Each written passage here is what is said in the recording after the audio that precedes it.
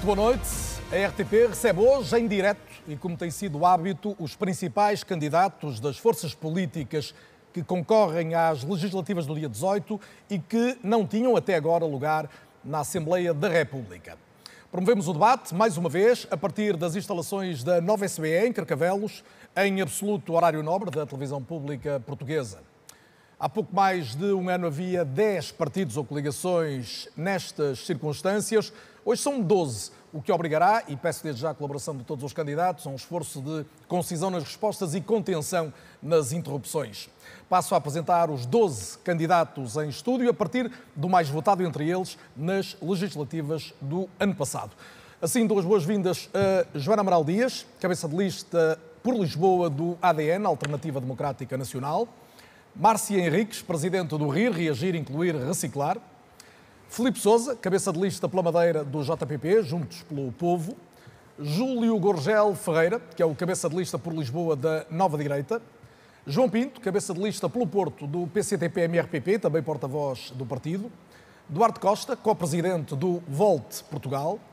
Rui Fonseca Castro, presidente do ERGT.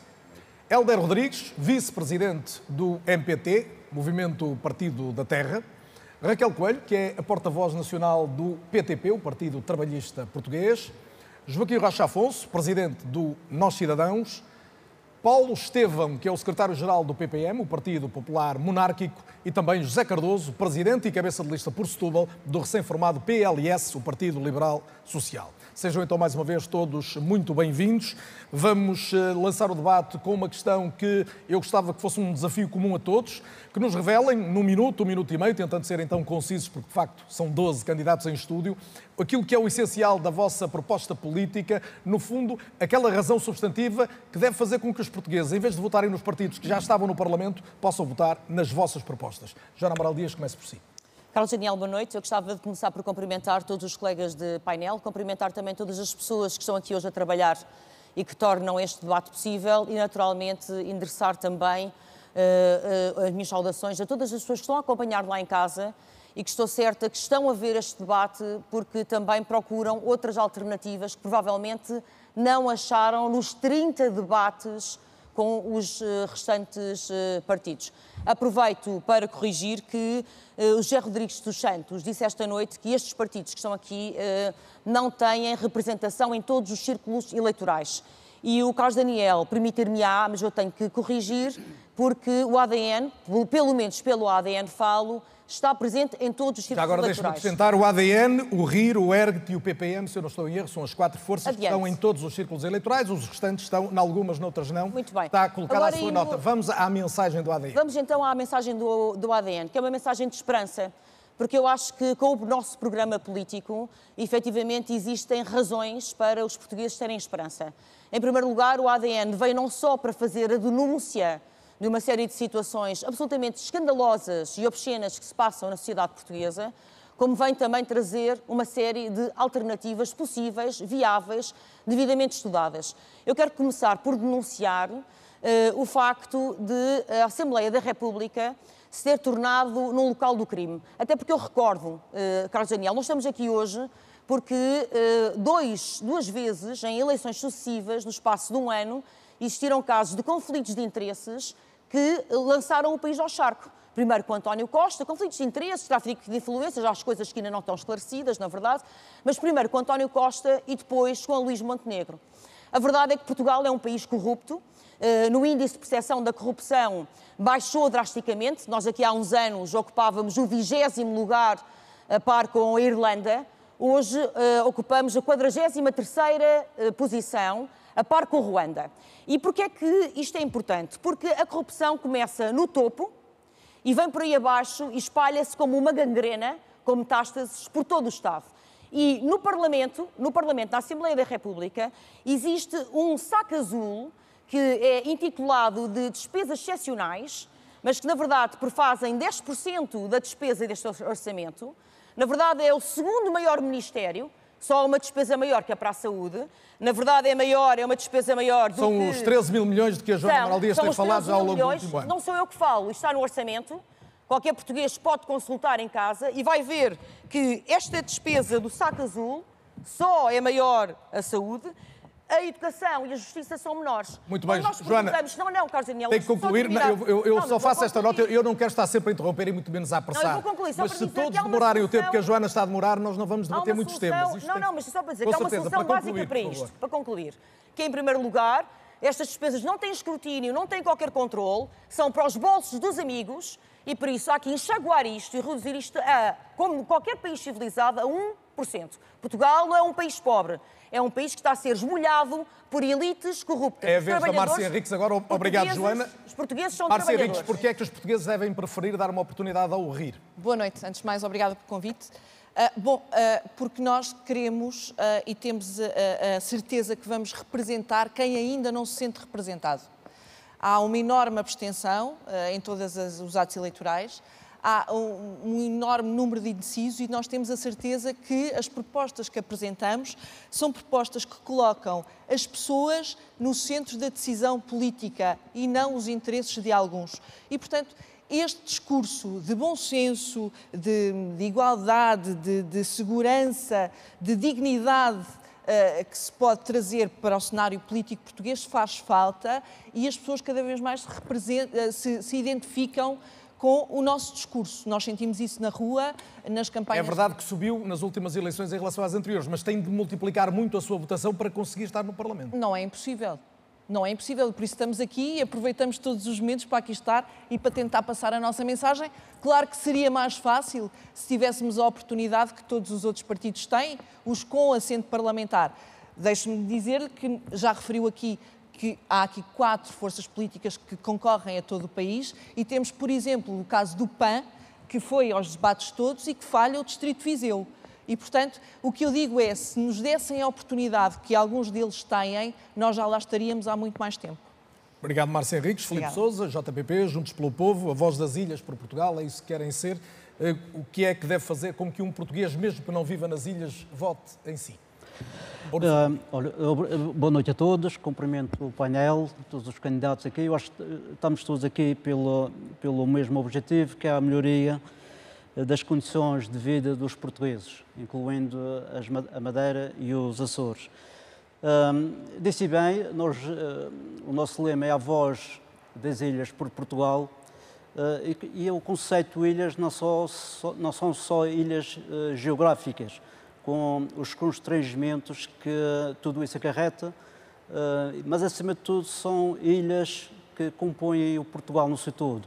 Portanto, são jovens que infelizmente têm que abandonar o país porque este mesmo país não lhes dá, após os estudos, oportunidades de emprego. São ilhas, os idosos abandonados e marginalizados nos hospitais e isolados nas suas casas. São ilhas, uma classe média completamente empobrecida, onde o país e o Estado não lhes dá oportunidades que é a sua função para que saiam desse fosso. Portanto, há aqui um conjunto de ilhas que compõem o Portugal no seu todo, que com o nosso humanismo, referir que o JPP tem na sua matriz uma característica muito humanista e levar esse humanismo ao Portugal no seu todo. Portanto, é esse nosso grande objetivo, com a esperança e a confiança de que os portugueses e os madeirenses em particular, madeirenses e portugueses, já vamos mais poderão dar essa oportunidade. E de todos, Júlio Gorgel Ferreira, bem-vindo. A Nova Direita concorre pela segunda vez a umas legislativas. O que é que desta vez trazem de novo? Bom dia, boa noite, Carlos Daniel, boa noite a todos os colegas de painel e também aos portugueses e portuguesas que estão em casa. Nova Direita, nós fundamentamos principalmente na defesa da família como a base da sociedade. E neste momento a verdade é que a família está a ser completamente esmagada, as famílias portuguesas, com carga fiscal, com todos os problemas que nós temos neste momento a nível da habitação, a nível da saúde, e é impossível que as famílias continuem a crescer e a progredir se não houver uma ajuda do Estado e realmente uma gestão dos recursos do Estado para ajudar as famílias realmente a progredir. Então nós temos agora uma oportunidade de renovar a classe política portuguesa. Temos a oportunidade de, os portugueses em casa, com coragem, de mudar este paradigma. Porque durante estes 50 anos tem sido exatamente a mesma coisa. E nós ou temos a coragem de mudar agora para poder auxiliar as famílias no seu crescimento e no seu progresso, ou então vamos continuar exatamente nos próximos 50 anos como continuámos nos 50 anos anteriores. Então nós realmente defendemos que é preciso criar riqueza, o país precisa de criar riqueza para poder distribuir a riqueza. Não é esmagar a classe média para dar a outras classes que nós vamos conseguir resolver o problema destes problemas todos que nós temos em Portugal. É a dar critério e a dar condições às famílias portuguesas para que elas possam progredir. E de que famílias é que fala, Júlio? Porque o partido assume-se como conservador nos valores. É apenas a família tradicional? Família é família. Portanto, uma família é constituída com as pessoas que nós amamos e as pessoas que estão à nossa volta. Nós não falamos só de sangue, falamos de pessoas que estão à nossa volta. Nós falamos da família tradicional portuguesa também, obviamente, mas famílias são famílias. E nós queremos ajudar a melhorar as condições de vida das famílias, através de melhoria na habitação, com mais habitação. Portanto, isso inclui, por exemplo, casais homossexuais também, não exclui? São famílias e precisam também são famílias que também estão a ser esmagadas, fazem parte da classe média e que estão a sofrer também com esta carga fiscal e com os problemas todos que nós estamos a sofrer. Portanto, é necessário realmente auxiliar todas as famílias. Nós não vamos escolher só umas famílias e deixar outras de lado. Isso não acontece. Queremos governar, queremos fazer parte da Assembleia da República, mas para todos os portugueses, não é só para alguns. João Pinto, bem-vindo de volta também, esteve cá o ano passado. A mensagem do PCTP-MRPP tem que atualidade acrescida 1 ano e 2 meses depois? Bom, não há nenhuma novidade especial em relação às nossas propostas do passado. Todas as soluções que têm sido apresentadas e que têm sido executadas só levaram a uma cada vez pior situação dos portugueses. Hoje, a situação é pior do que há 1 ano atrás. Até a própria economia que se dizia estava em crescimento, está em decréscimo neste primeiro trimestre. Ainda cresceu, mas cresceu menos. Em rigor, é isso. Portanto, já entrou numa situação cada vez pior. E as decisões principais que vão ser tomadas sobre a ação, sobre que afetam a vida dos portugueses, já foram tomadas. Não vão ser os eleitos que as vão alterar. Quem toma as decisões no que respeita a este país é Bruxelas e é Washington. Não há mais nenhuma instância que decida sobre o país. Portanto, o que se tem que fazer é cortar com isso. O que se tem que fazer é a Revolução Comunista. É a única... E começa por cortar com a União Europeia, desde logo. Sim, é uma necessidade absoluta do país avançar para a frente, é essa. Não há outra hipótese. Já vamos, obviamente, pormenorizar mais das vossas propostas nessa linha de pensamento. Duarte Costa, Volta de Portugal, bem-vindo também, Duarte. Uma nova geração de políticos é uma das vossas intenções, mas essencialmente que novidade é que gostavam de levar que o Parlamento não tem hoje? Olá, boa noite, Carlos, boa noite às pessoas que nos ouvem. O Volta é um partido que verdadeiramente representa esta nova geração de políticos que querem trazer políticas baseadas em evidências científicas, políticas baseadas em boas práticas do resto da Europa, mais integração europeia, neste espaço decisivo para a governação portuguesa, o centro, o espaço entre o PS e o PSD.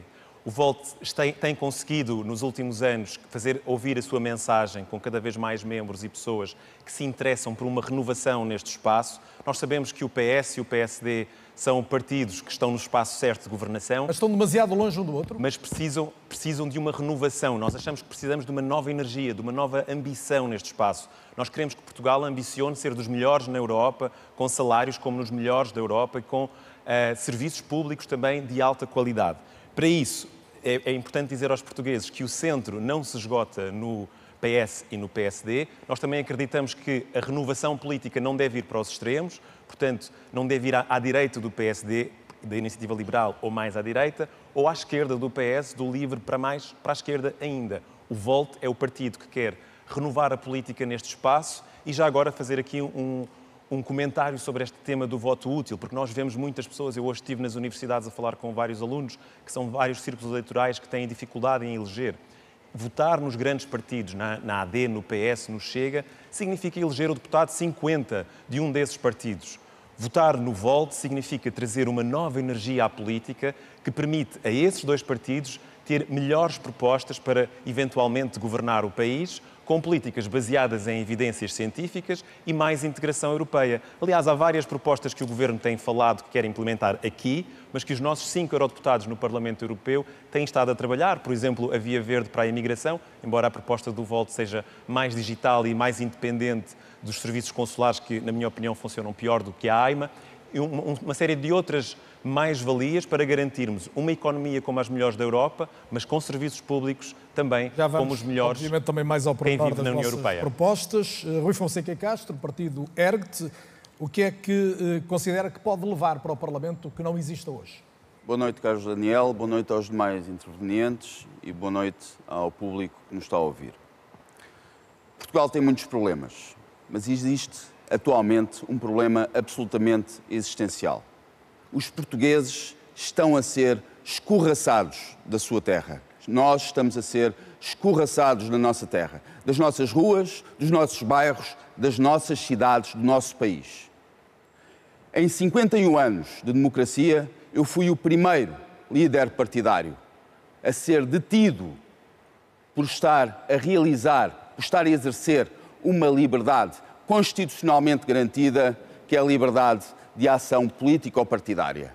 E fui detido por estar a realizar essa liberdade porque há pessoas que ocupam extensas áreas da cidade de Lisboa, que têm uma cultura completamente oposta à nossa, que não gostam da nossa cultura, não gostam dos nossos costumes, não gostam da nossa religião e controlam o poder político e controlam o poder político. Porque as autoridades entenderam que o seu comportamento era... As autoridades entenderam porque há um conjunto de pessoas que não são portuguesas, que nos odeiam, que não gostam de nós e controlam o poder político e por isso é que não nos deixaram. Eu, no dia 16, vou encerrar a minha campanha eleitoral no Martim Moniz e quero ver quem é que me vai impedir. E convido todos os partidos que não tenham um discurso anti-Portugal, antinacional, a estarem presentes no Martim Moniz, porque Lisboa ainda é nossa e Lisboa comigo vai tornar a ser alfacinha. Segundo as leis do país atualmente, há autorização ou não para determinadas manifestações. Não há, agora a fazer um apelo. Está enganado. Existe uma lei eleitoral, existe uma lei, existe uma Constituição e o Presidente da Câmara Municipal de Lisboa não tem esse poder, muito menos a Polícia de Segurança Pública. Muito bem, ficou colocado o seu ponto, mas a verdade é que a informação pública é a de que não estava autorizada aquela manifestação, mas já fez, obviamente, já colocou a sua nota. Eu gostava de ouvir agora o Hélder Rodrigues, Movimento Partido da Terra. Hélder, muito bem-vindo. O que é que o MPT, que desta vez se candidata sozinho, tem para justificar uma eleição? Muito boa noite a todos, muito boa noite, Carlos Daniel. O MPT é um partido fundador da democracia, um partido histórico, um partido que defende o humanismo secular e o ambientalismo, um partido do centro político, um centro que está cada vez mais abandonado de partidos políticos e, portanto, nós mantemos-nos fiéis à mensagem do fundador, das políticas do nosso fundador, atualizadas, modernizadas, mas fomos o primeiro partido político a falar em Portugal de desenvolvimento sustentável e de ambientalismo e continuamos a acreditar que esse desenvolvimento sustentável é a utilização mais inteligente dos recursos, poderá conduzir a um Portugal com uma melhor qualidade de vida para todos os portugueses. É essa a nossa mensagem desde a nossa fundação e que permanece até hoje atual e cada vez mais atual. O MPT só se candidata na Madeira e nos Açores. Em termos nacionais, qual é o vosso posicionamento? O nosso posicionamento é todo nacional. Nacionais, a Madeira e os Açores integram o todo nacional, como é evidente também. Certo. O nosso posicionamento continental, a Europa e fora da Europa, candidatamos-nos num acordo, juntamente, apoiamos a AD, num acordo que foi feito entre a AD e o MPT, porque acreditamos efetivamente que a AD acolheu as nossas ideias, poderá pôr em prática várias das nossas ideias e é efetivamente a família política que acreditamos estar em melhores condições para governar e para desenvolver. Não foi proposta nenhuma coligação de facto? Não foi proposta, não há uma coligação de facto, há um acordo entre as forças partidárias, a AD e o MPT. Muito bem. O PTP, o Partido Trabalhista Português, aqui representado pela porta-voz Raquel Coelho, que é também presidente do PTP Madeira, e só concorre precisamente na região autónoma da Madeira. Raquel, o que é que alguém que essencialmente está focada no eleitorado da Madeira pode fazer no Parlamento Nacional? Bom, olha, boa noite, cumprimentar os telespectadores e o painel, agradecer naturalmente o convite e dizer que o objetivo do Partido Trabalhista Português é essencialmente esclarecer os portugueses, esclarecer os eleitores para que eles possam tomar uma decisão mais consciente e mais acertada. Porque faz falta nós realmente fazermos uma reflexão sobre o estado do país desde o 25 de Abril para cá. E se nós formos olhar estes últimos 51 anos de democracia, que foram liderados pelo Partido Socialista e pelo PSD, e que estamos a ser confrontados com eleições sucessivas, porque os representantes destes partidos, infelizmente, estão a ser acusados de crimes no exercício das suas funções. E eu acho que os portugueses têm que refletir que o mínimo que nós podemos exigir aos nossos representantes é que estejam acima de qualquer suspeita. Portanto, e isso leva-nos à degradação completa do sistema político, da democracia. As pessoas já não acreditam em nada, as pessoas já não acreditam nos políticos, as pessoas de bem que têm a sua profissão, que têm a sua vida relativamente organizada, até se forem convidadas para a política, nem querem fazer parte da política, porque consideram que isso é de facto fazer parte de um grande lamaçal, porque a política está conotada às pessoas que querem servir e não àqueles que querem servir realmente. Qual é o objetivo da Raquel concretamente do PTP nesta eleição? O que nós queremos fazer é uma crítica ao sistema político português e também uma crítica essencialmente um partido de protesto? Ao sistema judicial. Nós não podemos ter investigações judiciais que levam a eleições e estas investigações judiciais não darem absolutamente nada. Quer dizer, não pode o Ministério Público entrar no gabinete do Primeiro-Ministro e descobrir lá 75 mil euros no gabinete do Sr. Scari e do Sr. Portanto, do chefe de gabinete do Sr. Primeiro-Ministro, e isto não haver mais nenhum desenvolvimento desde aí para cá. Quer dizer, eu não quero acreditar que as forças judiciais portuguesas e que o Ministério Público que entre e que comece estas investigações, por cá dá aquela palha. Já vamos voltar à questão da justiça. Há questões gravíssimas no nosso país que foram, infelizmente, também encobertadas pelo sistema judicial. Há muitas forças tenebrosas que, de facto, estão a impedir, de facto, estas investigações. E nós não podemos, e os portugueses não podem aceitar que haja investigações aos gabinetes dos primeiros-ministros, que haja eleições. As investigações existem. As investigações estão a decorrer. Mesmo em relação a esses casos, estão a decorrer investigações. Essa morosidade não se compadece da emergência, de facto. Muito bem, isso é outra questão. A morosidade é outra questão, mas investigação. Para que também possam tomar uma decisão mais acertada nas eleições. Joaquim Rocha Afonso, Nós Cidadãos, bem-vindo. Olá, é a terceira vez em 4 anos que o Joaquim está aqui num debate como este. Eu gostava de lhe perguntar, na última eleição desceu em relação a 2022. O que é que o faz crer que pode subir ao ponto de ser uma voz no Parlamento? Olá, boa noite a todos, boa noite aos portugueses. Infelizmente estamos novamente nisto porque eu, antes de mais, quero congratular-me por neste debate estar a haver muito mais elevação na discussão das ideias e dos destinos do país do que no dos chamados grandes, porque ainda ninguém falou nem de Spinum vivas, nem de Spinum mortas, nem de Porsche, nem de Maseratis, que os portugueses, desculpe, não querem saber disso para nada. E o que nós espero que todos façamos aqui hoje é propor soluções viáveis, sensatas, economicamente sustentáveis e socialmente aceitáveis por todos os portugueses para, de uma forma concreta, objetiva e muito pragmática, independentemente das ideologias de uns ou de outros. Mas olha, já se ouviu hoje aqui falar muito de corrupção dos dois principais partidos. Não estou a falar nada disso. Estou a dizer, já se ouviu hoje aqui de suspeitas sobre os maiores partidos. Carlos, o que eu sugiro é que toda esta gente que nos desgoverna há tanto tempo meta a mãozinha na consciência e pensem o que é que adianta em 4 anos de haver 3 eleições para o Parlamento, quando o que os une é muitíssimo mais do que o que os separa. Eu fui convidado, e vi isso no site da RTP, como possível candidato a Primeiro-Ministro. E é nessa qualidade que eu aqui estou. Agora, As subvenções não são iguais para todos os partidos. É injusto, não é democrático, é anticonstitucional. Mas ninguém fala disso. Mas resulta das votações anteriores. Ouça, ou há democracia e somos todos iguais ou não somos. E, portanto, neste momento, infelizmente, em Portugal, a terceira intenção de voto antes do Chega, primeiro, se não me engano, o PSD, depois o PS e a seguir, são os indecisos. Porque os portugueses estão cansados deste ramo-ramo. E o que nós temos que ter é pessoas com sentido de interesse nacional, sentido de serviço público, saberem, falarem uns com os outros, decidirem em harmonia, com objetivos estratégicos. Não é há 4 anos que se decidem os destinos de um país. Tem que ser em previsões de mais longo prazo, com acordos de regime. Muito e bem. é esse repto que eu faço a todos os portugueses para darem um voto de confiança aos nossos cidadãos nestas eleições, para podermos eleger um deputado e começarmos a mudar o sistema por dentro. Porque só assim é que Portugal vai ter progresso, desenvolvimento e felicidade para os seus Muito obrigado. cidadãos. Paulo Estevão é secretário-geral do PPM, o Partido Popular Monárquico. O Partido Popular Monárquico, como se sabe, nestas eleições concorre sozinho, porque ficou fora da coligação AD, que agora tem designação AD, coligação PSD-CDS, ainda que no caso do Paulo seja também membro atual do Governo dos Açores. Mas eu queria para já era perceber qual é a ideia que o PPM traz para justificar uma entrada sozinho no Parlamento Europeu, no Parlamento Português. Muito bem, Carlos.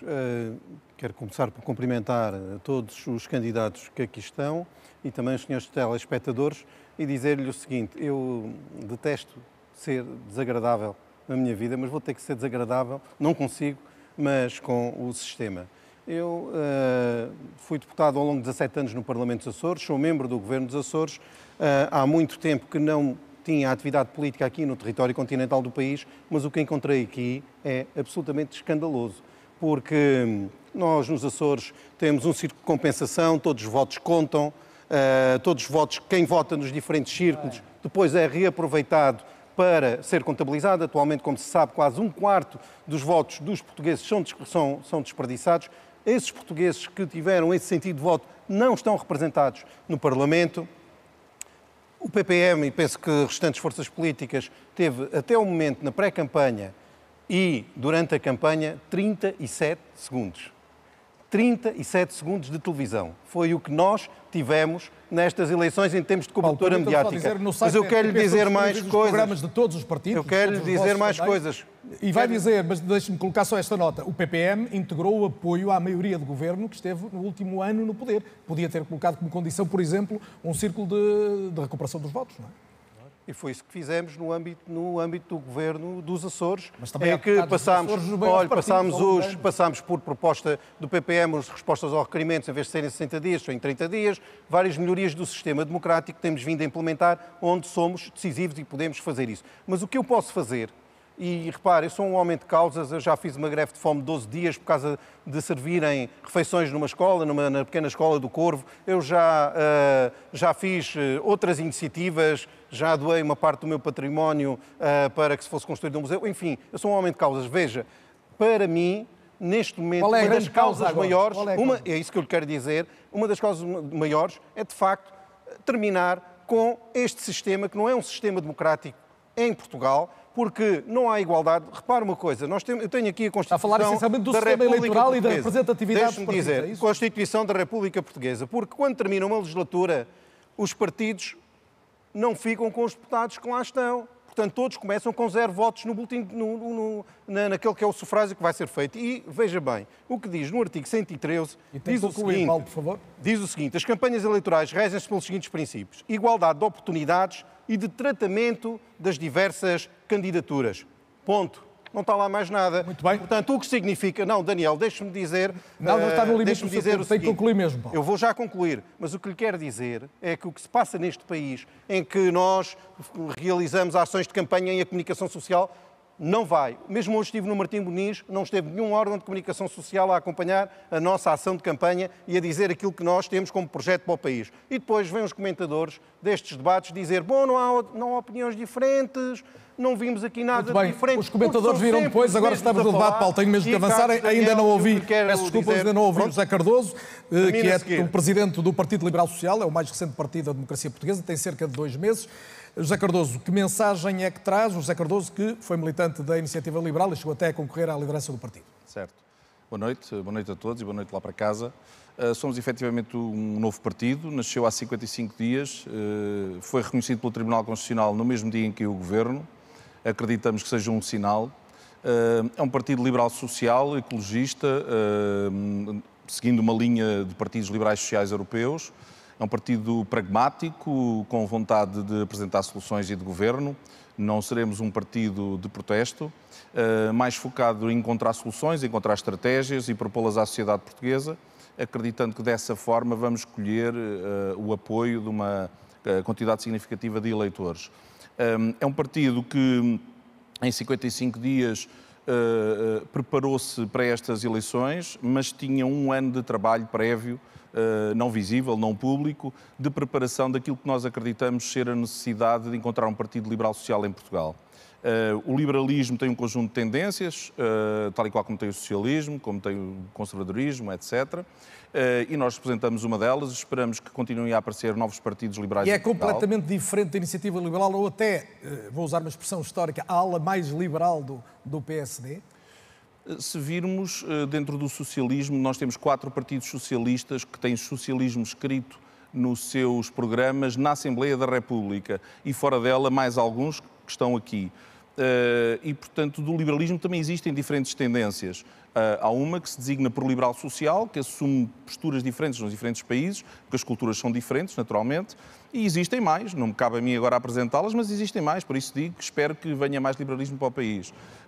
Nós, neste caminho, queremos destacar o facto de termos feito um programa com uma visão estratégica para o país e menos um somar de propostas. E porquê? Porque acreditamos que no país o que falta mesmo é estratégia. Fala-se muito, propostas há muitas, eleições há todos os anos, e se lermos o programa, por exemplo, dos 2 grandes partidos portugueses, está lá tudo, mas a verdade é que a concretização não acontece porque falta a tal estratégia. Deixe-me dizer que acreditamos que o bipartidarismo está a chegar ao fim em Portugal e que governos multipartidários em que realmente comecem a fazer reformas e a implementar estratégias só ocorre no dia em que acabar o bipartidarismo. Vamos já perceber melhor as prioridades da estratégia que define. Aliás, a sugestão para a ronda seguinte é que falemos de prioridades de políticas públicas. Estamos aqui perante um horizonte de uma nova legislatura. O que é que lhes parece que é crucial? Obviamente, li os programas dos vossos partidos, as propostas que fazem. Destacarei um ou outro ponto e poderão juntar outros dados se entenderem que é mais essencial à vossa argumentação. Rui Fonseca Castro, comece por si agora e pegue no tema da saúde, que é o tema crucial. Uma das propostas do ERGT é relativamente controversa, é que os médicos formados no Estado sejam obrigados a ficar no SNS os mesmos anos do tempo de formação. Parece-lhe que é assim que se resolve o problema da falta de médicos? Não apenas, mas também pagando melhor e dando melhores condições de trabalho, como é óbvio. A saúde...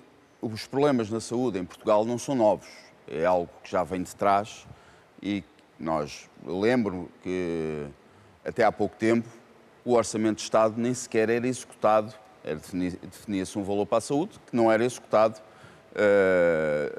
completamente, integralmente.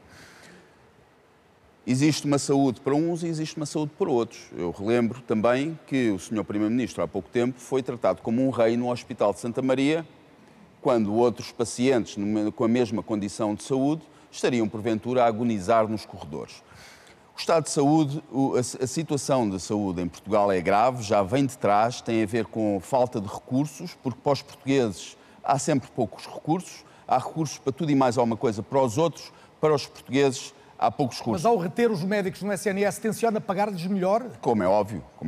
Os médicos têm que ter um estatuto não apenas profissional e social, que têm, digno, mas têm que também ter um estatuto salarial que esteja à altura. Sabe que há a concorrência do privado que tendencialmente pagará melhor na área da saúde. Portanto, tem que aumentar muito a despesa do Estado para compensar isso. Mas tira-se de onde, por exemplo? Deixa de pagar o ócio, por exemplo. Acaba-se o rendimento social de inserção, acaba-se o subsídio de desemprego para imigrantes, acaba-se o financiamento a associações e ONGs de apoio aos imigrantes ou de apoio ao movimento político LGBTQIA+.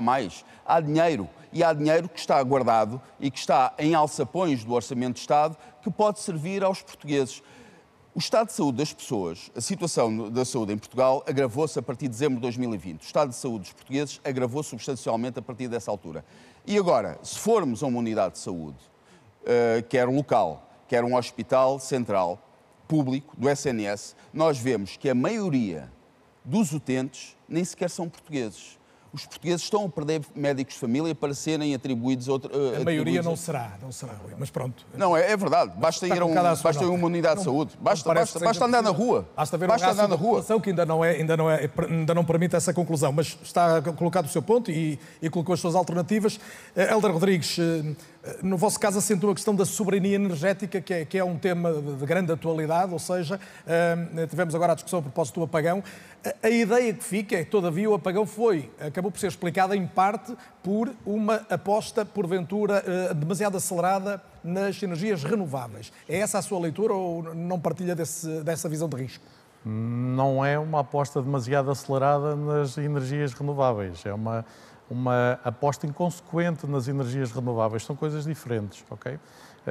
A questão relativamente ao que se passou em Espanha, que provocou a instabilidade no sistema, é algo que vários engenheiros da área da energia já alertaram e que sabia-se que mais cedo ou mais tarde iria acontecer, pelo menos os especialistas já o tinham alertado várias vezes, que é efetivamente uma questão em que quando temos uma utilização demasiado significativa das energias renováveis no pool geral de energia, a instabilidade pode acontecer e a rede pode falhar. Portanto, não é uma questão da aposta em si, foi de não acautelarem as circunstâncias relativas à... Não, é mais uma vez a questão, como alguém já disse aqui, é uma questão de planeamento e gestão. Okay?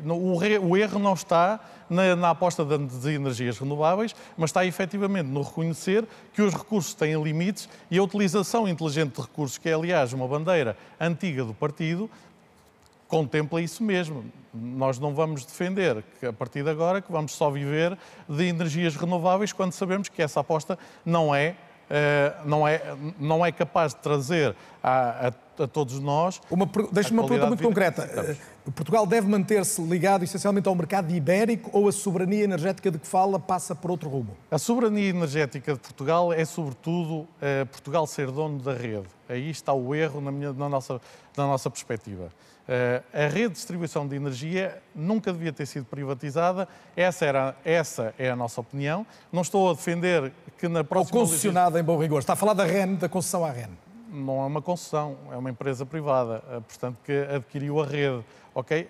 A questão é... A rede é nacional, mas esse é um pormenor, não vale a pena agora... A questão, sobretudo, é os players privados devem... Nós somos um partido liberal, portanto, os players de distribuição devem funcionar numa rede que é gerida, na nossa perspectiva, através de políticas públicas. E, efetivamente, deve ser o Estado a garantir que áreas que poderão não ser economicamente tão rentáveis, mas que assegurarão a sustentabilidade da rede, como, por exemplo, a central energética de Gondomar, que nos salvou, efetivamente se mantenha no ativo e que se mantenha a dispor. Mas defende uma REN renacionalizada, então? Não estou a dizer isso. Estou a dizer que, efetivamente, foi um erro a privatização. Agora é o que temos. Muito bem. Raquel Coelho já falou aqui da corrupção, é um dos pontos de força. Sugere unidades especializadas no combate à corrupção, com mais peritos fiscais e digitais, e quer também uma rotatividade dos juízes por comarcas para evitar situações de proximidade pessoal com as populações onde trabalham. Isto significa que um juiz tem que passar a vida inteira a mudar de terra? É isto? Bom, o que nós queremos evitar é aquilo que se passou e se passa na região autónoma da Madeira, onde as forças democráticas foram perseguidas com a ajuda do Poder Judicial. Eu gostaria de explicar aos portugueses que nós tínhamos um jornal satírico na Madeira, que era o jornal O Garajal, que era um género de Charlie Hebdo, que fazia sátira e humor com a política. E foi um jornal que foi perseguido pelo regime do Dr. Alberto João Jardim. Na altura, todos nós sabemos no nosso país o déficit democrático que a Madeira enfrenta. A Madeira é uma região atípica do ponto de vista político e democrático no nosso país. Mas tem eleições livres. têm eleições livres, mas essas decidem. eleições são claramente enviesadas. Há graves problemas democráticos na Madeira. O PSD tornou-se um grande polvo, um grande tentáculo com a ajuda do poder económico e que também já controla o poder judicial, e todas as forças democráticas que tentam denunciar de facto a corrupção, os jornalistas do jornal Garajal, foram perseguidos por via judicial. E esse problema como um problema nacional? E esses mesmos... Só existe... Não existe, não. Isto é um problema da nossa cultura latina, quer dizer, isto não é um problema, isto não é uma exceção. Portugal tem sido sistematicamente condenado no Tribunal Europeu dos Direitos do Homem por violar a liberdade de expressão, por violar a liberdade de imprensa.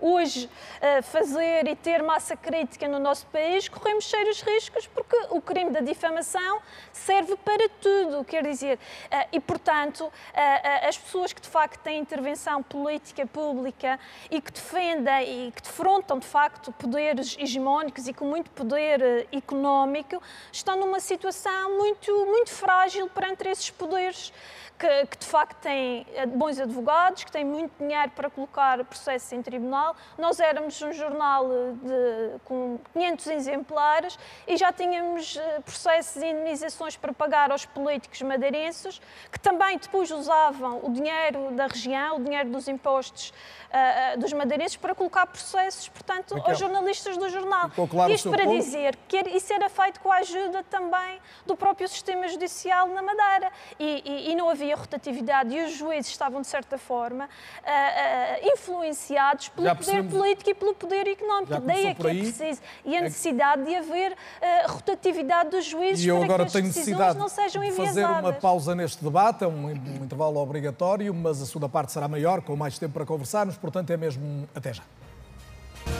A RTP volta a recebê-los esta noite em direto da Nova SBE, em Carcavelos, com os 12 candidatos, representantes de 12 candidaturas de forças partidárias que não tinham representação no Parlamento até agora, mas que pretendem ter. Vamos para a segunda parte do debate. Retomo com Joaquim Rocha Afonso, do Nós Cidadãos. Estávamos a falar das propostas essencialmente ao nível das políticas públicas. Um dos seus focos é a saúde e a reorganização do SNS em concreto. O que gostava de lhe perguntar é se, quando fala, por exemplo, em fundir a CSS, portanto, os serviços centralizados com outras unidades, isto põe em causa este modelo das ULS ou não? Carlos, este problema da saúde, e contrariamente ao que muitas vezes temos ouvido nos vários debates, Portugal tem uma saúde de excelência no Serviço Nacional de Saúde e recomenda-se a muitos países do mundo civilizado ocidental.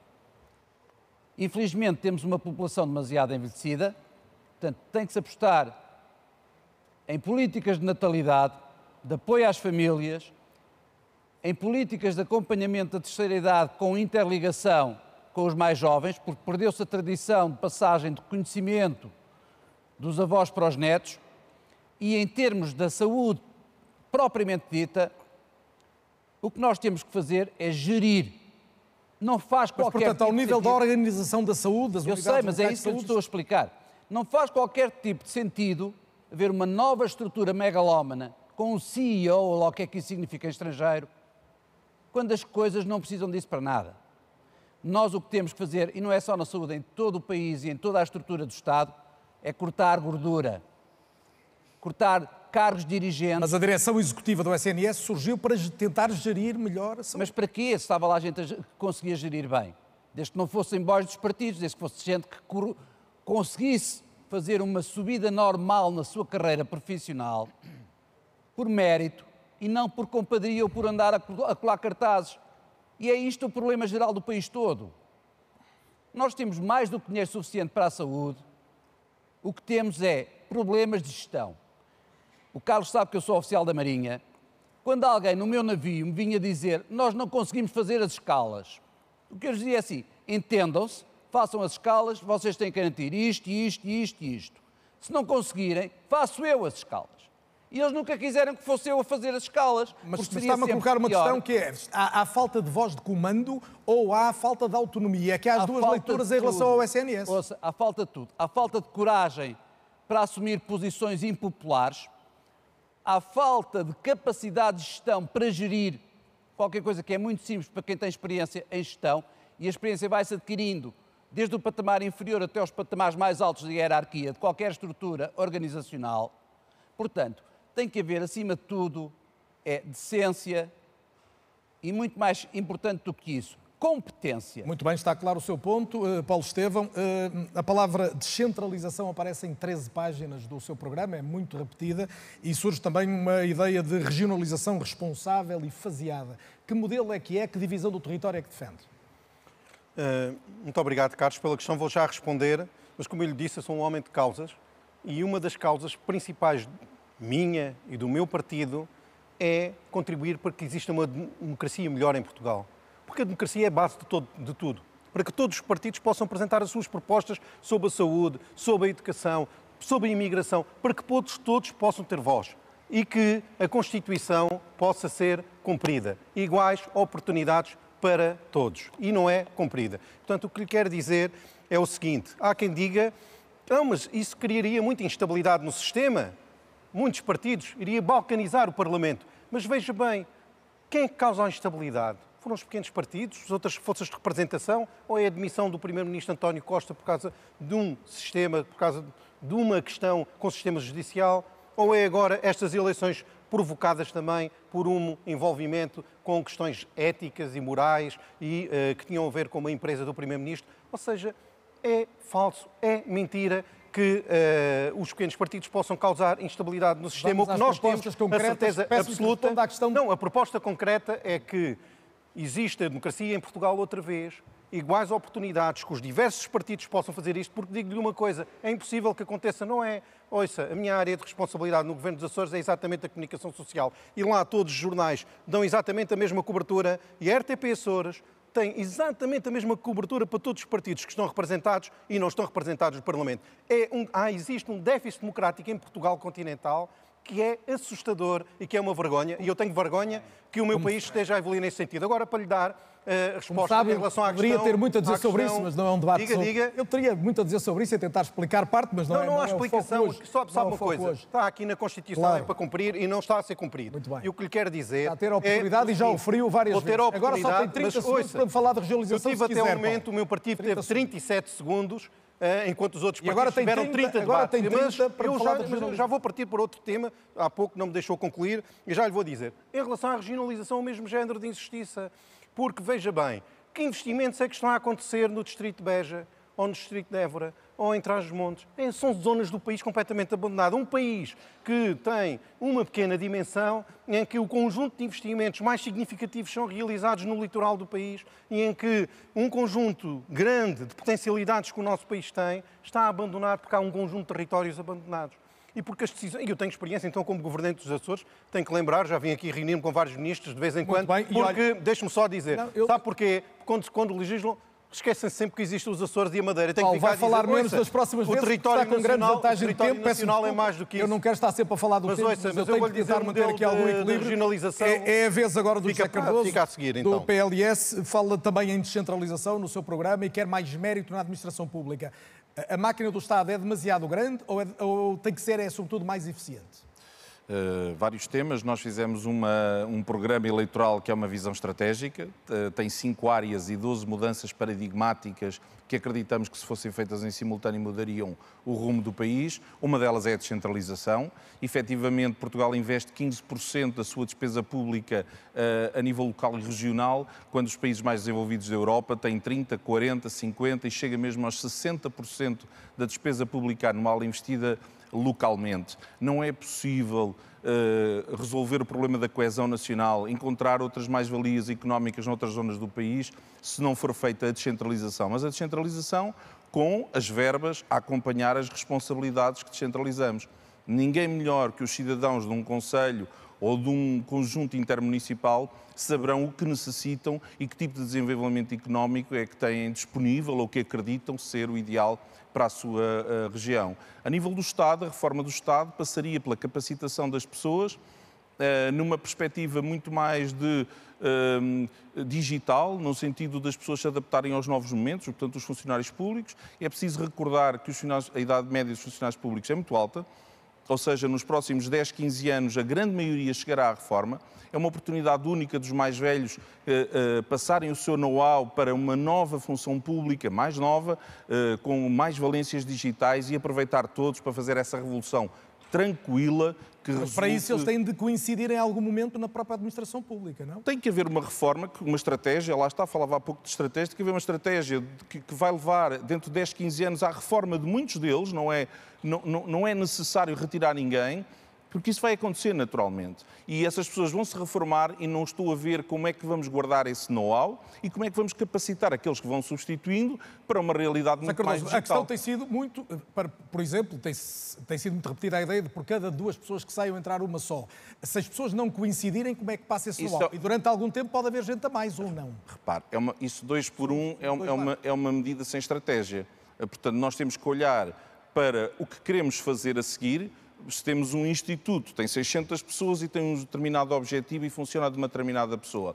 Como é que vamos idealizar esse novo instituto? Com quantas pessoas? Com que valências, capacitação e o que é que queremos dele? E como é que vamos prestar esse serviço ao público? Se definimos que são 350 pessoas com uma determinada capacitação, vai-se fazendo a transição de um modelo para o outro, respeitando quem sai e formando e capacitado quem entra numa nova realidade. Muito bem. Joana Amaral Dias. Saúde e habitação são 2 dos problemas. O ADN tem propostas concretas. Eu gostava que as pudesse explicar. Crédito de habitação com juros bonificados para casais portugueses até aos 35 anos e que constituam família. Eu gostava de perceber quem é que fica de fora disto. Por exemplo, se pais ou mais solteiros se ficam de fora. E depois o fim do aborto pago pelo Estado, o fim da interrupção voluntária da gravidez no SNS. Carlos Daniel, permita-me que comece por dizer que o MPT referiu aqui um ponto que é muito importante, que é a segurança energética e a nossa soberania energética em Portugal. Eu acho que os portugueses, no dia 28 de abril, na passada segunda-feira, perceberam muito bem o que é que isso significa. Portugal ficou em ameaça e foram só umas horas. Morreu uma senhora. Na verdade, a maternidade Alfredo da Costa tinha energia para mais 1 hora, mas a diferença entre o ADN e outros partidos é que o ADN não fala, o ADN faz. Nós fomos à Rede Elétrica Nacional, que foi entregue a chineses e a espanhóis, e fomos solicitar uma reunião. Falam de crimes, de criminosos, meliantes e de ocupas, mas o ADN foi quem foi a Hermesinde expulsar ocupas indevidamente que estavam numa casa ameaçando uma senhora. Carlos Daniel, permita-me concluir. Não, queria só perceber, em relação à energia, a questão de Espanha, tiveram resposta? Ainda não tivemos resposta, mas vamos ter. E nós vamos lutar sempre pela soberania de Portugal. Nós defendemos o dinheiro físico, que também ficou mostrado por A mais B na sua importância, mas não estamos só a falar. Vamos às lojas, às repartições da EDP, a todo lado, de facto, demonstrar que a situação é ilegal. Nós defendemos o ambiente, mas não ficamos só também no blá-blá. Nós interpusemos uma providência cautelar em relação ao abate de mais de 40 mil carvalhos portugueses que estão a ser e risco de serem abatidos na Ega, em Condeixa, como aliás vem sendo uma luta minha, seja em Morgavel, em Sines, etc. Quanto às outras questões, deixe-me dizer... Deixe-me insistir na questão da saúde. O fim da interrupção voluntária da gravidez no SNS não prejudica particularmente as mulheres com menos recursos? Eu gostava de explicar... Mas ouça só a minha pergunta. Gostava de explicar melhor a questão da saúde, mas quer afunilar na IVG, eu respondo. Olha, Carlos Daniel, eu engravidei pela primeira vez, eu sou mãe de 3 filhos. Faço parte da minoria de portuguesas que têm 3 filhos ou mais, somos 6%. Engravidei pela primeira vez aos 21 anos. Fui mãe, no 3º ano da faculdade, aos 22, quando toda a gente me dizia, se tiveres esse filho, não vais fazer nunca mais nada da vida.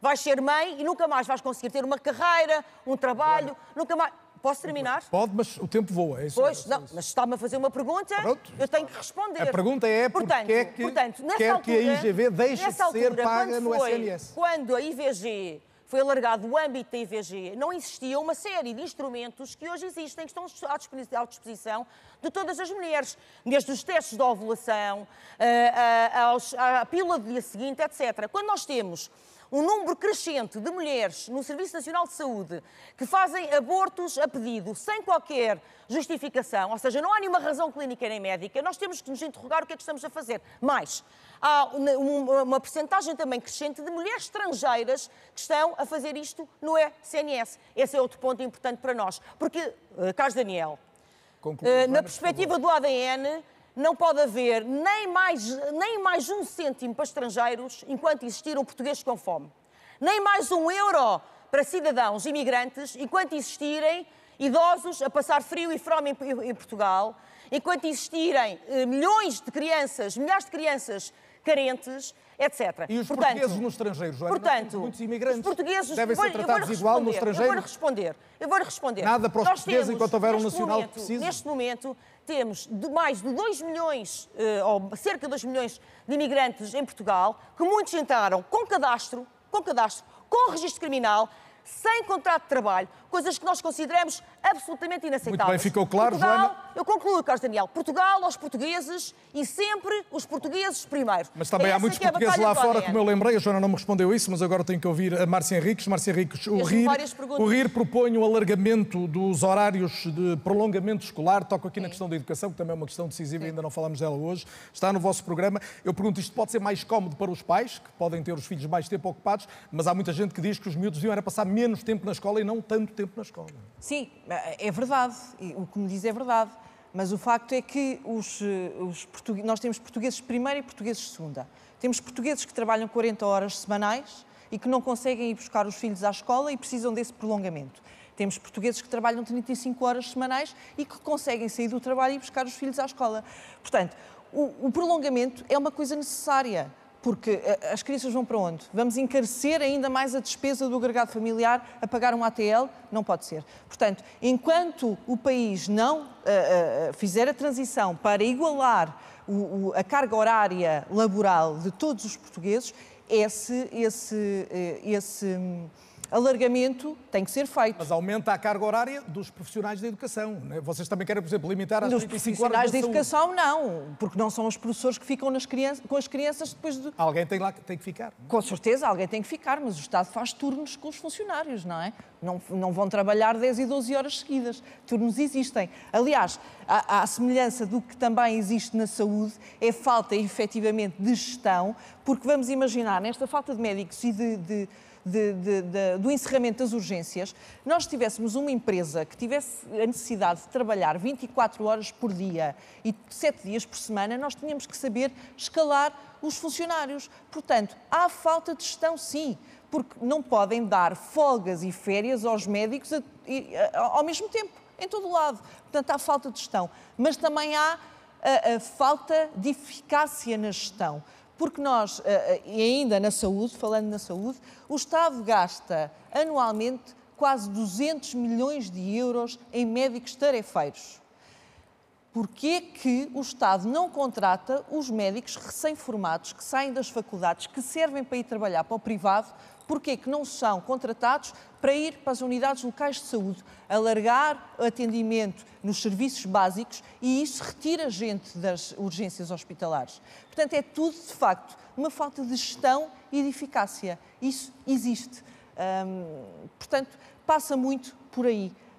Um olhar no futuro de Portugal e, de facto, aplicar medidas que sejam benéficas a todos e não aos negócios de alguns. Falar em negócios, Filipe Sousa, o JPP defende que, pegando no exemplo do Centro Internacional de Negócios da Madeira, se possam eliminar suspeitas, mas também permitir a extensão da atividade do Centro de Negócios para setores como tecnológicas, turismo, construção civil. A minha pergunta é, defende isto só para a Madeira ou devia haver este modelo também replicado em alguma outra zona do país?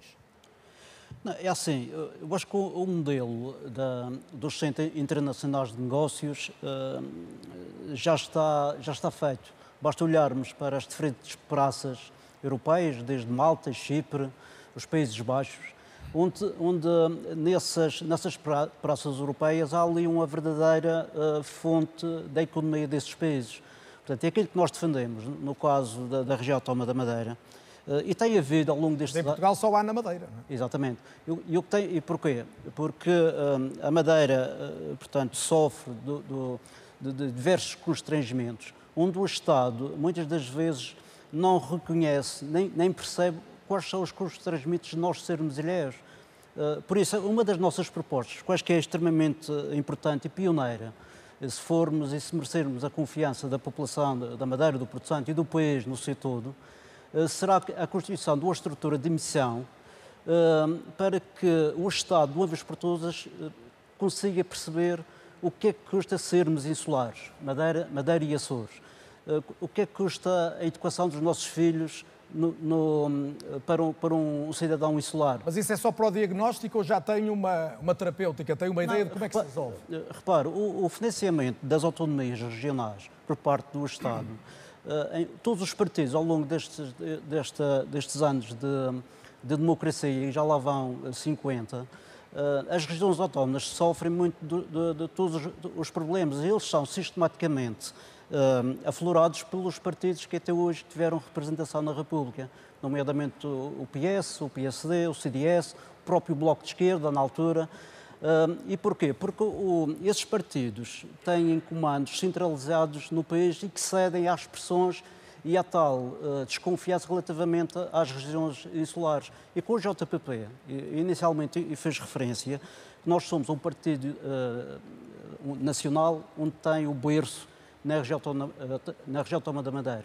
E é preciso fazer sentir ao Estado, aos governos, quais são os constrangimentos e as dificuldades e o peso da carga fiscal sobre o custo de vida dos cidadãos insulares. Por isso, o Centro Internacional de Negócios da Madeira, se for reconhecido pelo Estado e equipará-lo a outras praças europeias, teremos ali uma fonte de receita extremamente importante para fazer face a todos esses Mas não imagina replicado noutra região, por exemplo, nos Açores? Pergunto. Eu sei, até poderá, eu não conheço a realidade económica e financeira dos Açores, muito sinceramente. Portanto, vou dar apenas um exemplo, que é a outra região. Claro, claro. A minha missão neste debate, e toda a gente sabe, que eu encabeço a lista Juntos pelo Povo, pelo Círculo da Madeira. Portanto, é pelos madeirenses e protestantes que eu aqui estou e levarei esta mensagem.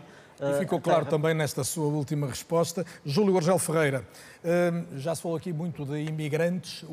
A nova direita defende cotas de imigração baseadas nas qualificações dos imigrantes que chegam, imagino, nas necessidades do mercado e na proximidade cultural e histórica. Com estas premissas, que países é que teriam as cotas mais elevadas? Quem é que nós devemos acolher ou não acolher? Antes de mais, deixe-me só fazer uma pequena correção, que disse que eu era o cabeça de lista, mas neste momento a cabeça de lista para o nosso partido é o Sandra Lieber, a nossa Presidente, e é importante dizer isto porque os portugueses contam com a vitalidade dela, com o dinamismo dela, para realmente nos defender na Assembleia da República. Portanto, só uma pequena correção que eu acho importante fazer. Em relação à pergunta, eu percebo a pergunta e vou respondê-la, porque acho que é falta de respeito não responder às perguntas que nos são colocadas, mas eu gostava antes de falar de um problema que eu acho que é muito mais importante, que é a questão da habitação. E nós realmente temos medidas concretas que vão conseguir auxiliar e responder a esta questão. Para mim isto é uma emergência nacional e para o nosso partido e, portanto, é das nossas bandeiras e eu realmente gostava de utilizar o meu tempo para falar disto e depois também responder a esta pergunta se houver esse tempo.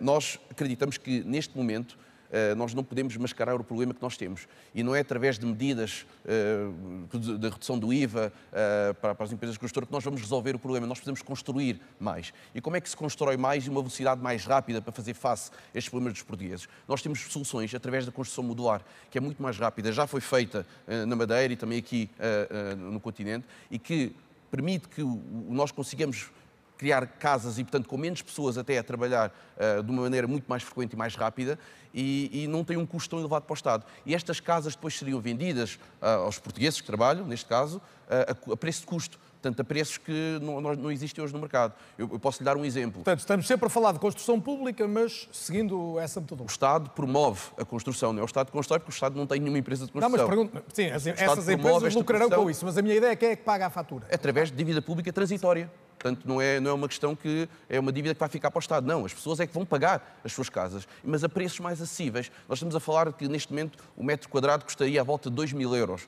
por uma construção destas. Portanto, um T2 com 80 metros quadrados, estaremos a falar uma média de 160 mil euros por uma casa, por um T2, que são preços que não se fazem no mercado. E estas casas seriam vendidas aos portugueses, à classe média, às pessoas que precisam. E, portanto, é necessário que estas medidas sejam feitas. E temos mais medidas. A questão também dos bairros sociais, que hoje em dia é um problema, e o custo de manutenção dos bairros sociais são milhões e milhões de euros que o Estado gasta mensalmente para manter estas casas e temos pessoas que estão ali naquelas casas há 50 anos, a pagar renda há 50 anos e que a casa não é a sua propriedade.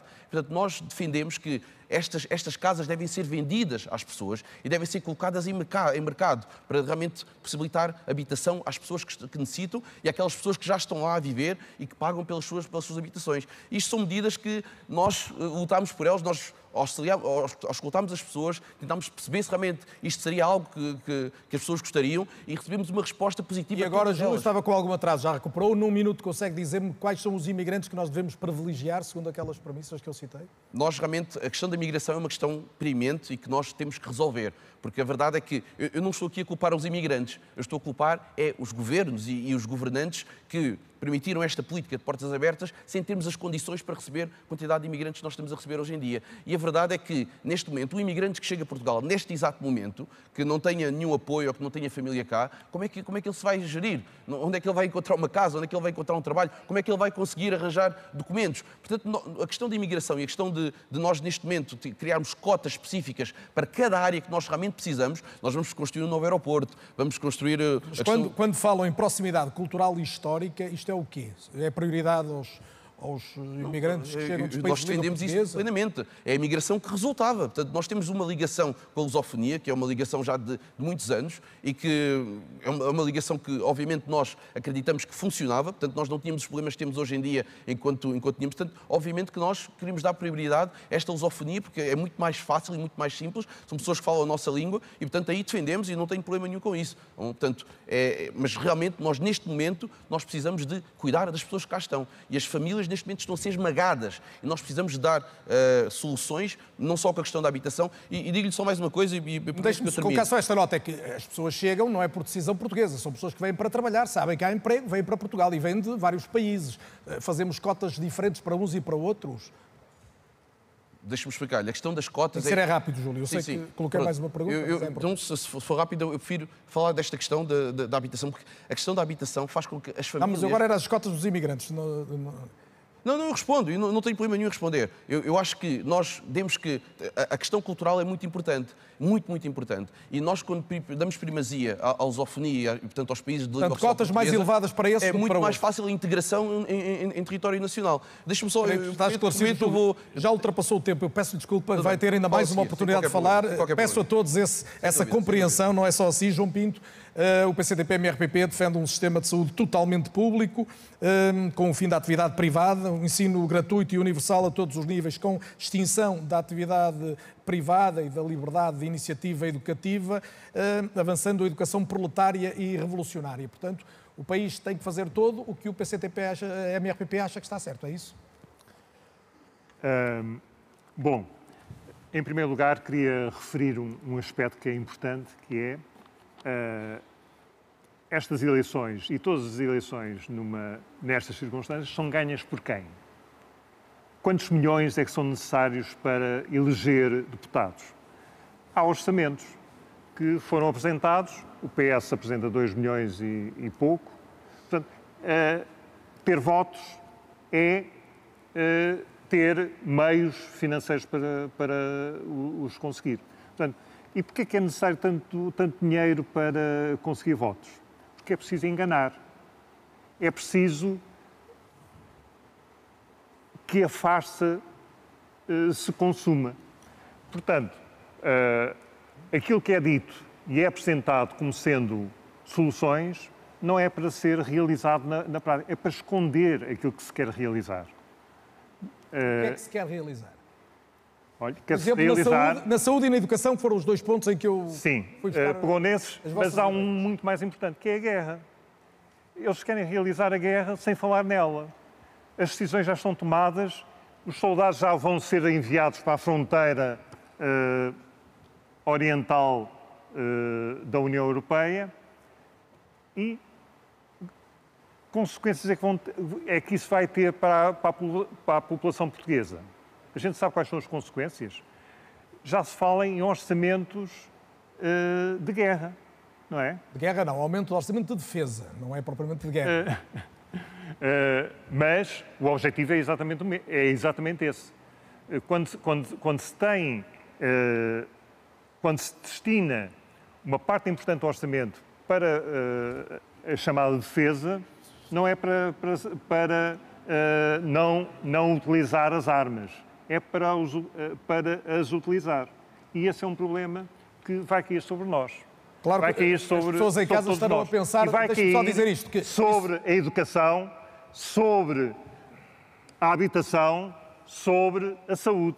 São esses os setores que vão pagar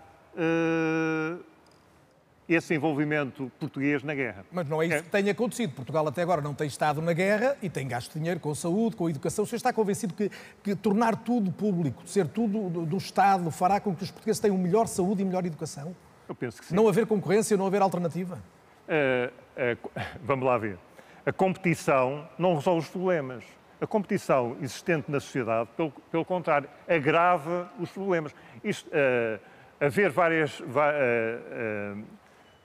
vários componentes que concorram para uma determinada questão, para resolver um dado problema, no geral, não o resolve. Agrava, muitas vezes, o problema em vez de o resolver.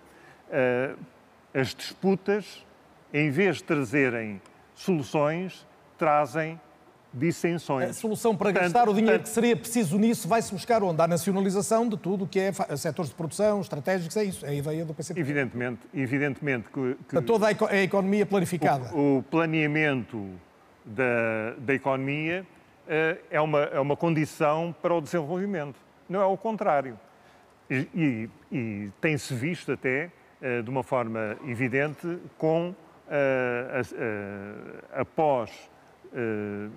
Quando há planificação, quando um país planifica o seu desenvolvimento, ele acontece. Quando é que isso aconteceu e correu bem? Por exemplo, João. Onde é que correu bem? Não, correu bem durante um certo tempo, não é?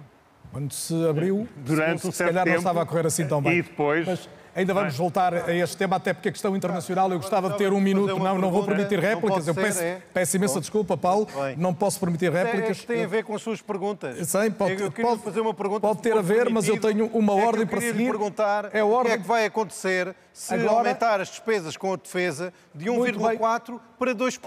Onde é que acha que o Estado vai buscar? O meu amigo terá a oportunidade de colocar as interrogações retóricas e até responder a elas. Agora eu tenho que interrogar o Duarte Costa, que ainda não falou nesta ronda, do Volta de Portugal. Duarte, tem várias propostas sobre a saúde, a assentar em particular na questão dos cuidados de saúde primários. A minha pergunta é se o país tem profissionais e dinheiro que chegue para fazer o que o Volte considera importante. Sem dúvida, a saúde é um dos problemas que mais preocupa os portugueses e nós temos aqui um problema que se agrava há décadas, ou seja, os últimos governos, apesar de gastarem mais dinheiro em saúde, nós hoje gastamos a cerca de 16 mil milhões de euros com o SNS, comparativamente com 3,5 mil milhões em 2015. Portanto, multiplicamos praticamente por 5, mas os portugueses sentem que o SNS não funciona necessariamente melhor. E isto é um legado de políticas que não têm a ambição de transformar o SNS num sistema verdadeiramente eficiente. A palavra de ordem para a solução para o SNS, para além de eficiência, é acesso. Neste momento, as pessoas não têm a garantia de ter acesso a uma consulta com o médico de família, com uma consulta de especialidade, às urgências e até mesmo quando ligam para o 112. E isto é verdadeiramente grave. Como é que nós podemos ter um SNS mais eficiente? Ou seja, um SNS que atende mais pessoas com menos custos. Isto é uma necessidade num país que envelhece e que tem uma população que cada vez vai precisar mais de cuidados de saúde. A primeira aposta tem que ser valorizar os profissionais de saúde. São os profissionais de saúde, os médicos, os enfermeiros e os técnicos de saúde que garantem este acesso. Houve acordos recentes e tem havido... Mas é uma valorização que, na nossa perspectiva, não é só uma questão remuneratória. Nós temos que ter carreiras que permitem uma progressão não só pelos anos de serviço, mas pelo mérito e que valoriza esse esforço dos profissionais de saúde. Nós precisamos, por exemplo, de ter a possibilidade de ter formação continuada, financiada pelo SNS. Isto é muito importante nas carreiras da saúde e precisamos ter um ambiente de trabalho e condições de trabalho mais dignas para que os profissionais de saúde queiram continuar no SNS, eu até diria retornar ao SNS, sobretudo os portugueses que trabalham na área da saúde e que foram para fora do país. A política do realismo, que é esta política que o Volte quer trazer entre o PS e o PSD, é uma política que traz propostas concretas que é possível cumprir. Duarte, precisamente, a saúde é um ponto de clivagem. Temos o PS claramente a colocar o foco no SNS e a AD, ainda que diga que a SNS é a trave mestra, a reclamar muito mais participação do privado e do social. Onde é que se coloca o Volte?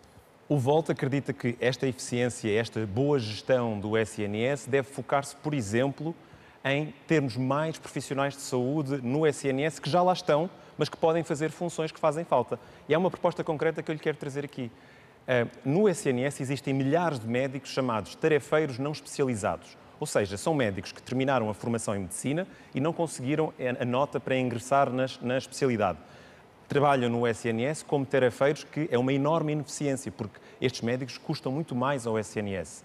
O que é que nós propomos? Um programa como o programa que já existe nas universidades para mais de 23 anos, em que estes médicos possam ingressar em carreiras onde há carência no SNS, que são justamente a medicina geral e familiar, a medicina interna, portanto, os centros de saúde e as urgências, e a saúde pública. Estes médicos teriam a sua carreira valorizada, obviamente sem demérito dos médicos que têm a sua especialidade já garantida, mas com isso conseguir mais atendimentos e uma redução dos tempos de espera para ter consultas.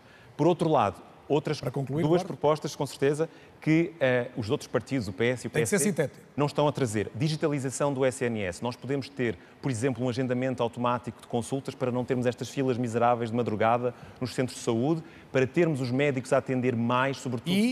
E além disso? Para termos os médicos a atender mais e as pessoas a ficarem menos doentes e a precisar de urgências. E, finalmente, no longo prazo, nós precisamos de apostar na saúde preventiva. O Volt quer uma rede nacional de enfermagem comunitária que aposta na saúde mental e na saúde física, com rastreios regulares, com apoio dos cuidados primários, com, por exemplo, formação e prevenção de uma alimentação, para promovermos uma alimentação sustentável nas escolas e espaços de influência, para prevenir duas coisas: que as pessoas fiquem doentes e que depois pressionem o SNS por cuidados de saúde. E aumentem os custos que já são bastante elevados da saúde pública em Portugal. Eu queria alertá-los, vamos entrar para a última ronda, o tempo voa, como eu disse, temos pouco mais de 20 minutos, isto não dá 2 minutos úteis para cada um, porque eu tenho que ir, pelo menos, suscitando as intervenções e, portanto, pedia-lhes mesmo que tentassem usar 1 minuto e meio da melhor forma.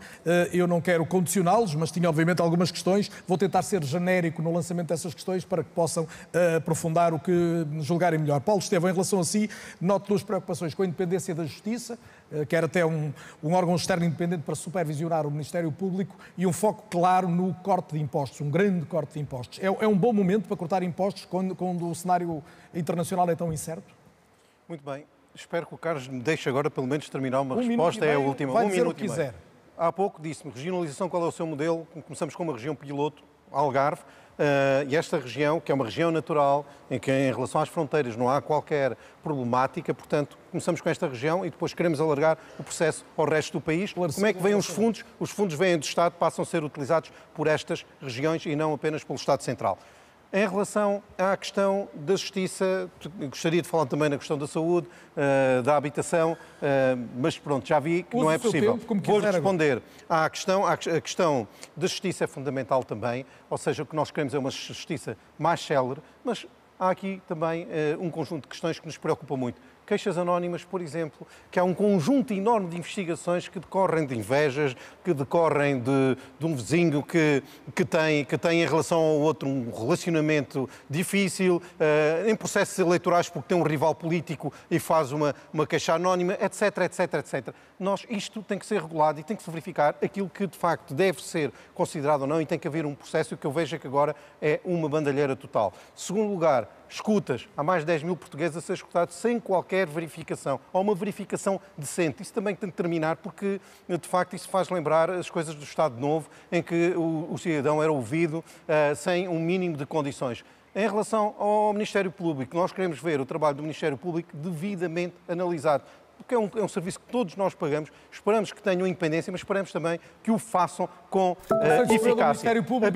Habitação, deixe-me dizer o seguinte, em relação à habitação, temos muita habitação degradada, a nossa estratégia há uma enorme quantidade de casas no interior do país, nós tínhamos que tornar o interior do país mais acessível para um conjunto de pessoas, reduzindo impostos nas regiões do interior do país, porque aí temos uma oferta habitacional muito significativa, resolvimos uma parte do problema da habitação, também resolvemos uma parte da desertificação do país. E deixe-me só, para concluir, dizer-lhe que, em relação À questão. É para concluir mesmo. Termino. Pronto, para terminarmos. Agora, esta questão que era, falei-lhe da habitação, gostava de falar também da imigração, que é a minha área também de responsabilidade no Governo dos Açores, e dizer que nós, nesta matéria, o que nós consideramos é que o país enfrenta o maior desafio da sua história no século XXI, que é como é que vamos integrar 1,5 milhão de pessoas. Durante a década de 70 fizemos um esforço muito significativo para meio milhão de pessoas. Agora o desafio é muito maior e o PPM tem as respostas. E a integração é a sua preocupação então? Exatamente. José Cardoso, Partido Liberal Social, aposta numa simplificação fiscal. É o regresso da taxa única, da flat tax, ou ainda admite alguma progressão durante algum tempo para o país se adaptar a isso? Não, simplificação fiscal é, como o próprio nome diz, simplificação fiscal. Mas já que é a última intervenção que vou ter, gostava de passar os olhos pela tal estratégia que apresentámos no nosso programa eleitoral, que é focada em 5 áreas e 12 medidas paradigmáticas. Realçar uma que é reforçar a democracia, lembrar que a justiça, que devia ser prioritária, não tem sido, e sem justiça nada funciona, a democracia fica em causa e as instituições são postas em causa. Há muito economia presa na justiça e há muitos sonhos de pessoas também presos na justiça. É fundamental que aquilo que é uma função principal do Estado seja resolvido e que exista um compromisso. Houve um aumento do orçamento do Estado nos últimos 10 anos de 50, 60 mil milhões de euros, muito acima da inflação e, por escolha estratégica, a justiça é deixada para trás. Mas ela é um pilar da nossa democracia. O segundo, o sistema eleitoral. Não há mais democracia enquanto não houver voto eletrónico, enquanto os nossos imigrantes continuarem a precisar de enviar cartas para poderem votar e nós estarmos presos a um determinado local para podermos exercer o nosso direito de voto.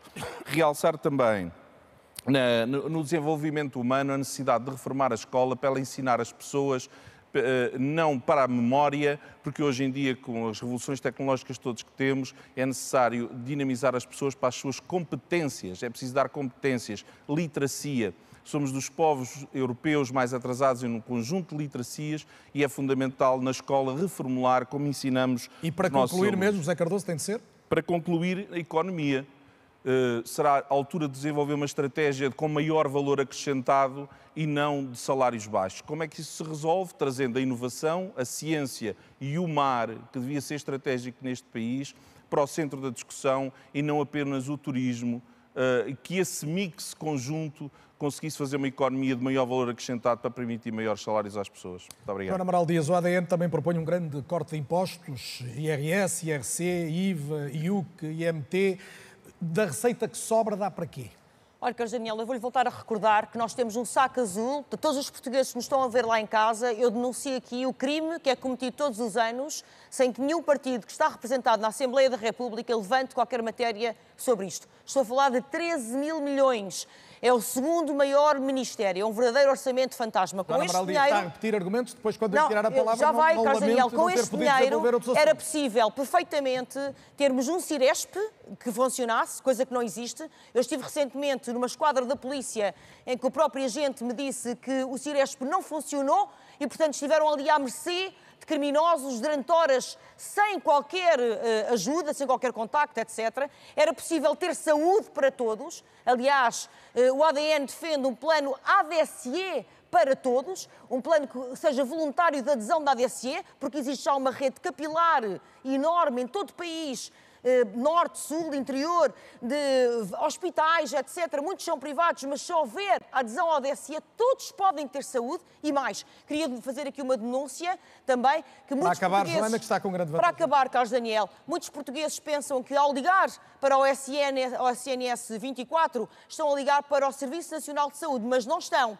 Estão a ligar para um call center da Mel. E, portanto, é este o estado em que chegou a nossa saúde. Eu lamento, mas os discursos redondos de mais médicos, mais dinheiro, etc., não vai funcionar. Nós precisamos, de facto, de uma reforma completa que passe, inclusivamente, para isso. E deixe-me só uma última palavra. Além de termos muito dinheiro, precisamos de mais bebés. Não de imigrantes, mas mais bebés portugueses, que a nossa natalidade diminuiu a pique. Com mais bebés e o dinheiro bem empregue, vai haver dinheiro para Obrigado, o Estado Joana Social. Amaral Dias. É a vez da Márcia Henriques. Não, eu não vou ter tempo de dar a palavra a toda a gente, eu tenho de dar a palavra a toda a gente. É a vez da Márcia Henriques. Márcia, um dos focos do RIR é a habitação, tem uma série de propostas, entre elas a ideia de reduzir a carga fiscal sobre as rendas e eu pergunto que efeito é que espera, é sobre as rendas para que os senhorios, os proprietários paguem menos, é isso? Não, nós temos de tornar o mercado de arrendamento apetecível, coisa que não existe, não é, neste momento não é possível. Porquê?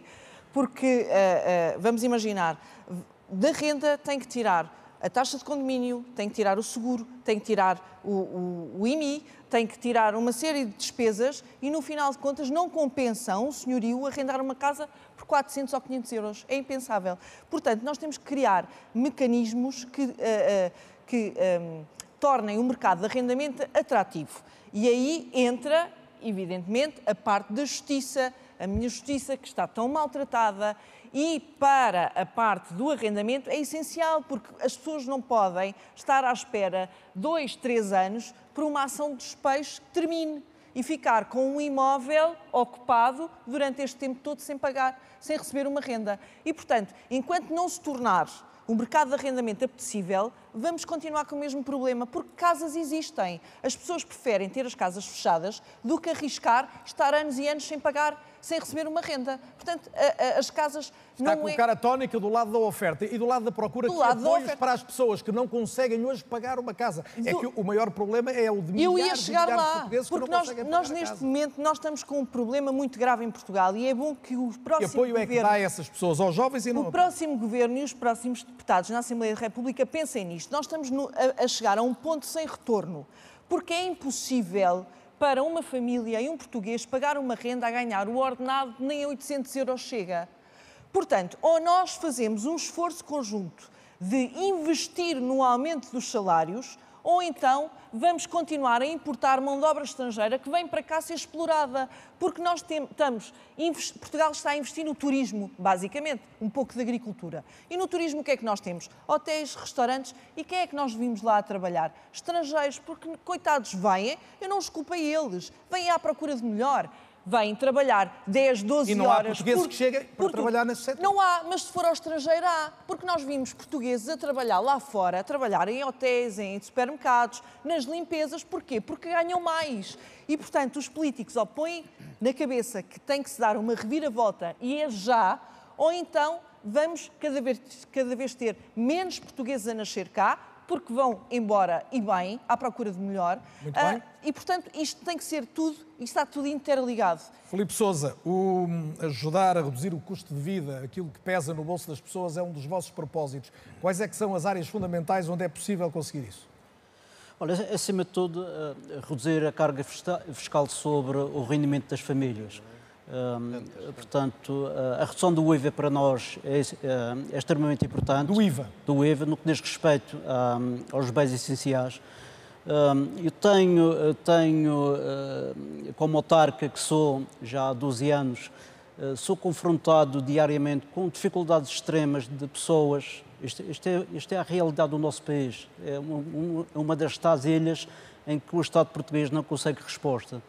Mas no corte do IVA toda a gente paga menos, os que têm menos e os que têm mais, que até consomem mais. Sim, claro, mas repare, qual é o peso da redução do IVA num cabaz de compras? O Estado não sabe, os nossos governantes não sabem. Portanto, o verdadeiro autarca que percebe os problemas da sua população consegue replicar esses problemas. Estou a falar no custo de vida, podemos falar da habitação, que é um flagelo. Portanto, e a habitação, a imigração, a saúde, está na ordem do dia. Porquê?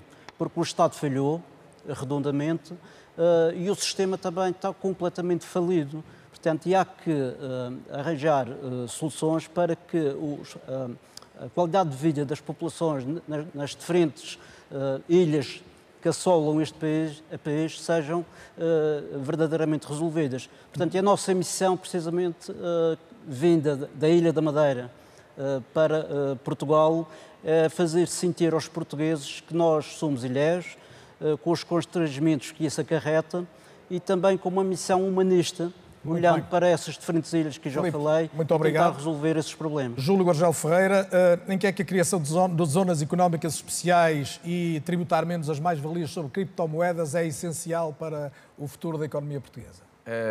Agradeço a pergunta mais uma vez, mas é importante que nós precisamos criar riqueza em Portugal. É importantíssimo criar riqueza.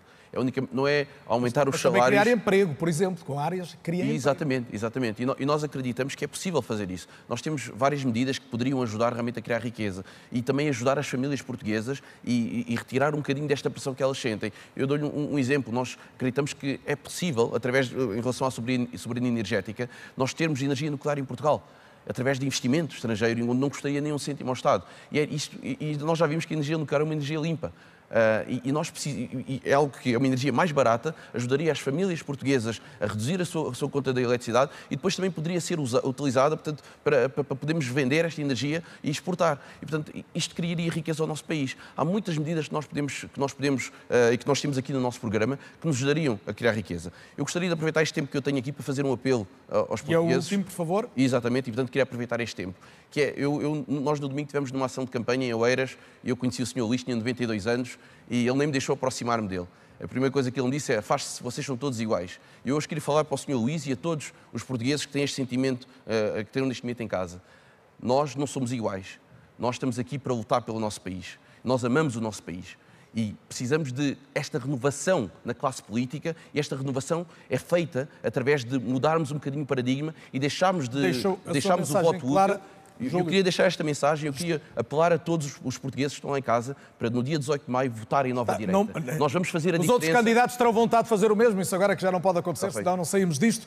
João Pinto, o PCTP-MRPP quer da dissolução do Parlamento, a criação de um novo poder popular e a extinção de partidos burgueses. Resta algum dos partidos que estão hoje no Parlamento? Ou todos não sei onde é que o Carlos Daniel leu essa... Pronto, se não for rigoroso, tem a oportunidade de corrigir. Muito bem. O que é que...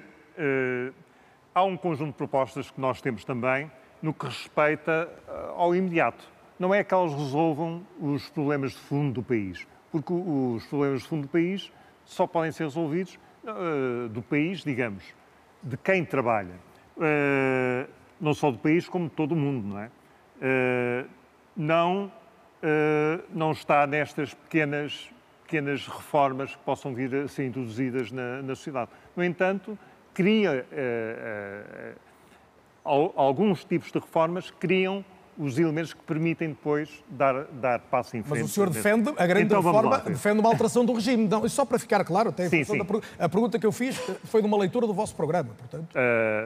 Uma compreensão, portanto, uma interpretação daquilo que nós... Com certeza, por isso é que está a fazer a sua agora. Por isso é que faz a sua. Não são essas as palavras, nem é a forma como atuamos, mas, sim senhor, admito que essa interpretação possa existir. Portanto, uma das propostas que fazemos é a eliminação de todos os impostos que existem atualmente e a sua substituição por um único imposto e fortemente progressivo, sobre os rendimentos e a riqueza. O que é que isto tem de interesse para o conjunto da sociedade? Hoje tem que haver especialistas em fiscais para fugir aos impostos. É o que todas as grandes empresas fazem. Fogem aos impostos. Porquê? Porque existe um sistema intrincado de fiscal que permite que só quem não pode fugir é que não foge. Não é? Portanto, e quem é que não pode fugir? É para quem trabalha. Quando fala de imposto sobre os rendimentos, não é diretamente sobre o salário. Portanto, a única maneira de resolver o assunto é acabar com toda essa míria de impostos e existir só um. É claro que é fortemente progressivo. O que é que isto significa? Concluindo, significa que a receita fiscal seria idêntica, mas a sua distribuição seria proporcional exatamente ao rendimento. Ao rendimento. Os trabalhadores ainda seriam tributados se ganhassem a partir de determinado nível ou não? Evidentemente, não é?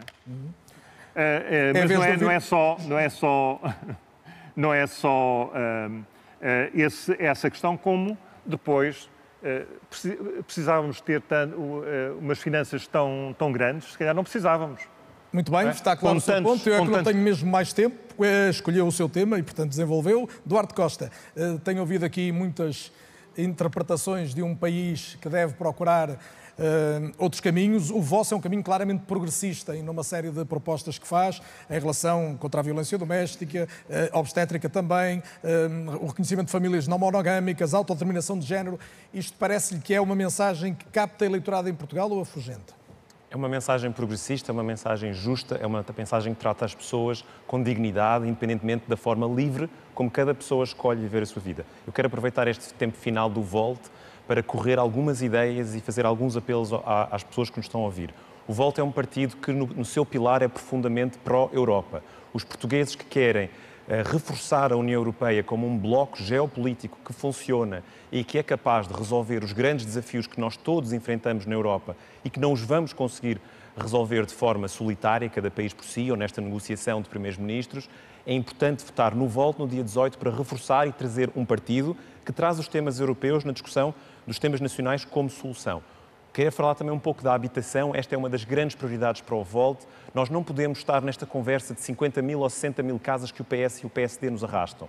Nós precisamos de, em paralelo com construir casas, já aliviar esta pressão da crise da habitação. O Volt quer mobilizar cerca de 34 mil casas que neste momento estão construídas e estão paradas, ou na posse dos bancos, ou na posse do Estado, edifícios que devem ser reconvertidos, e nós queremos renegociar com estas entidades, sobretudo com os bancos, para disponibilizar estas casas. Nós queremos que quando se constrói uma casa, quando se constrói um novo projeto imobiliário, por exemplo, eu hoje visitei o que está a ser construído na Avenida 5 de Outubro, com o projeto dos antigos terrenos da Feira Popular, é preciso que estes projetos contemplem 60% de habitação para a habitação pública acessível e é possível que o Governo, por exemplo, crie uma via verde de licenciamento para estes projetos que trazem mais oferta acessível às cidades, para que não tenhamos que comprometer os nossos espaços verdes e que todos ganham mais casas e os promotores imobiliários conseguem ter o seu investimento de volta mais rapidamente. Muito bem. Eu quero terminar por dizer que trazer um partido novo entre o PS e o PSD, com esta nova geração de políticos, com uma visão europeia, significa reforçar o centro, sem deixar a política resvalar para os extremos e pôr o próximo governo Muito obrigado, Duarte. Para as próximas gerações. Obrigado. O senhor já falou de recusar os subsídios ao ócio, fala também da promoção de uma cultura de trabalho, defende o abolir do direito à greve para salvaguardar, em primeira instância, os direitos das populações. O que é que valem para si os direitos dos trabalhadores? Valem muito. O trabalho deve ser retribuído, deve ser remunerado e dignamente. E quando o trabalho é de qualidade e quando existe uma boa relação entre empregador e funcionário e empregado, as coisas correm bem. Os sindicatos têm sido bastiões comunistas que servem para dividir, para que os partidos de extrema esquerda continuem a ter um feudo onde controlam alguma coisa. Bom. Mas o que é que se faz aos sindicatos? Os sindicatos têm sido... Mas o que é que se faz, no seu entendimento, o que é que devia acontecer? São ilegalizados? Não, eu não considero que devam ser ilegalizados. Eu não sou assim tão... Eu sei que essa proposta está no programa do partido, mas eu, por acaso, não considero que devam ser ilegalizados, mas... efetivamente têm funcionado como bastiões das forças comunistas. Mas o senhor é o presidente do partido, não é? Sim, mas eu tenho uma comissão política e nem sempre saio vencedor nas decisões da comissão política. Portanto, eu queria chamar aqui a atenção para um problema. Fala-se de saúde, fala-se de economia, fala-se de habitação, de emprego. Não se pode falar disto sem se falar estimativa conservadora de 1.500.000 imigrantes que estão atualmente em território nacional, sem falar com aqueles que têm um papel a dizer que são portugueses, que adquiriram a nacionalidade portuguesa de forma fraudulenta ao abrigo da INEF, do número 1 do artigo 1º da Lei da Nacionalidade. E que, inclusivamente, não falam português, mas já podem ser presidentes da República. Não se pode falar de nada disso sem se falar dessa cifra, desse número. Desses, apenas, segundo dados recentes, apenas 300.000 estão a descontar para a Segurança Social. Os outros estão a salvar a Segurança Social, provavelmente com o poder da mente.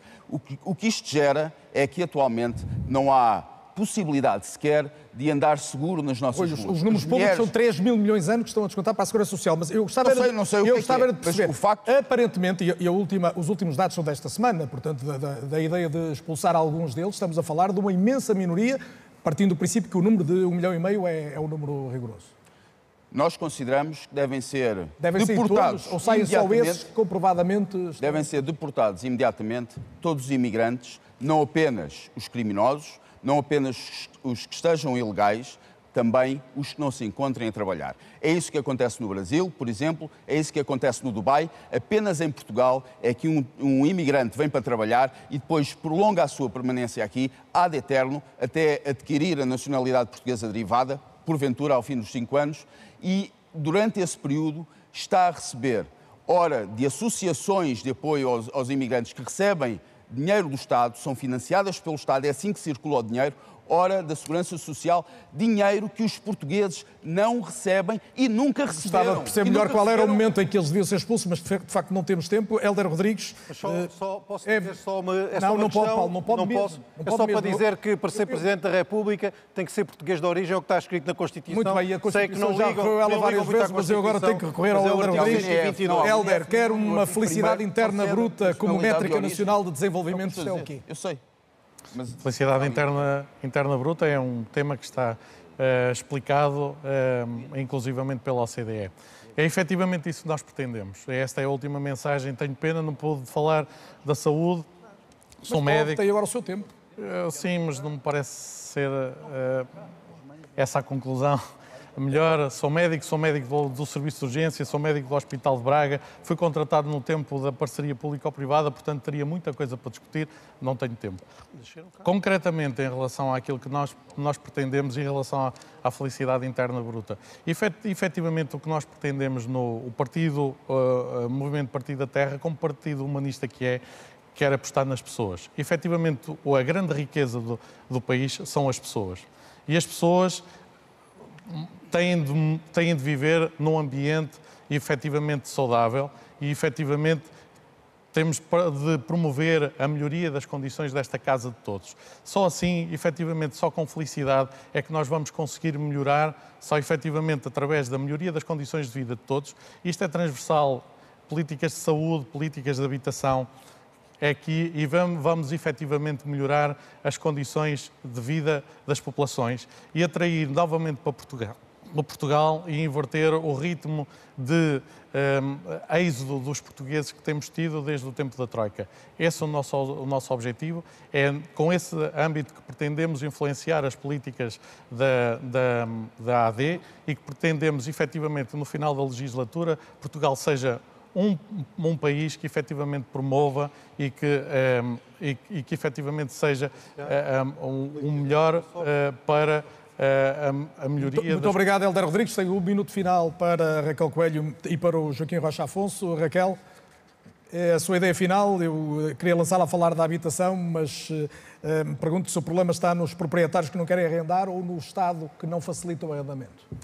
Bom, o problema da habitação, com certeza não vou conseguir expô-lo em menos de 1 minuto, mas apraz-me dizer 2 coisas que acho que essenciais neste debate, que é precisamente que os partidos não concorrem à igualdade de circunstâncias nestas eleições. E a cobertura televisiva e a cobertura dos mídias é um fator de discriminação. Há partidos que concorrem, quando apita a meta, já estão 50 metros à frente dos restantes. Portanto, não há qualquer tipo de justiça nisso. E também apraz-me dizer, de facto, que é preciso, de facto, nós termos propostas que visem este discurso anti-imigração, porque o discurso que eu tenho ouvido é que a imigração é um problema. E eu acho que a imigração pode ser uma solução para muitos problemas do nosso país, nomeadamente na restauração, nomeadamente no turismo, nomeadamente na construção civil. Muito bem, e ficou claro esse seu ponto. Nós temos agora um hospital novo que está a ser construído na Madeira e que está a ser construído por mão de obra imigrante. Portanto, está dado esse exemplo, Raquel Coelho. Joaquim Rocha Afonso, o que é que lhe apraz dizer? Estamos no fim. Olá, novamente. Eu presumo que eu tenho 3 minutos porque não foi roubada uma ronda. Tem um, Joaquim, não tem. Nós tivemos 2. Me roubaram uma ronda porque não falei na primeira. Falou em todas, Joaquim. Não. Pode não estar recordado, mas falou em todas. Carlos, não desperdice o seu tempo agora. Embora tenha tido os outros 1 minuto e meio, quero deixar 20 segundos do meu tempo para o colega do lado falar da sua experiência como médico. Relativamente aos nossos cidadãos, infelizmente continuamos a ser boicotados por toda a comunicação social porque a nossa mensagem de facto é fora da caixa não tem nada a ver com partidos tradicionais, nem com esquerdas, nem com direitas. Somos muito fortes a nível autárquico. Nós e o JPP elegemos uma Câmara em 2017, ninguém soube em Portugal. No entanto, quando o Bloco de Esquerda elegeu uma Câmara em Salvaterra de Magos, toda a gente embandeirou em arco e, infelizmente, a senhora nem acabou o mandato porque teve que se demitir por iniciativa à figura. Eu tenho pena que não tenha sido discutido neste debate o problema da situação geoestratégica, geopolítica, internacional em que Portugal está envolvido necessariamente, quer por ser parte da União Europeia, quer por fazer parte da NATO. Vamos falar da habitação. E então aproveito os últimos 30 segundos para falar disso, se quiser. Com certeza. São mesmo 30 segundos. Quanto mais segundos. me interromper, menos tempo eu tenho Não que vou, falar. não. Já não interrompo mais. Portugal é membro fundador da NATO, em português OTAN, e temos responsabilidades para com os nossos aliados. Infelizmente, ninguém fala das coisas boas que acontecem neste país a nível tecnológico e de investigação. Julgo que foi hoje que a TechEver foi considerada mais um unicórnio português. É a empresa de topo a nível mundial na produção de drones com fins militares. Já estão incorporados na Royal Navy do Reino Unido. E, portanto, ficamos com esses exemplos positivos. Eu não tenho mesmo mais tempo, estou bem para lá do tempo limite. Carlos, nem um minuto eu tive, desculpa não, lá. quem fala para a Câmara sou eu, Joana, peço desculpa. Agradeço muito a todos, agradeço a simpatia de todos. Devo sublinhar que, independentemente das críticas que podem fazer, a televisão pública, mais uma vez, em horário nobre, juntou todos os partidos que não têm representação parlamentar, dando a oportunidade de trazerem outras sugestões e outras propostas para o futuro do país. Muito obrigado pela participação, muito obrigado a si que seguiu este debate. Até breve.